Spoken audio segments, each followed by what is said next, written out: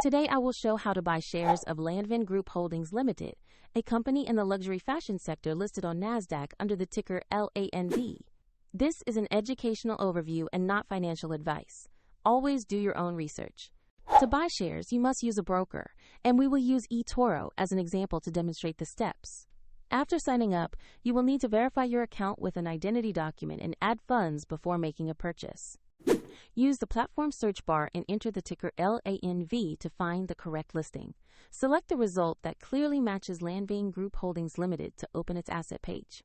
On the stock page, review basic company information and the price chart to understand recent movements. Confirm the company name, NASDAQ exchange and ticker to ensure it is the right asset. Tap Invest or Buy. Enter the amount you want to allocate, then carefully review the order details before confirming.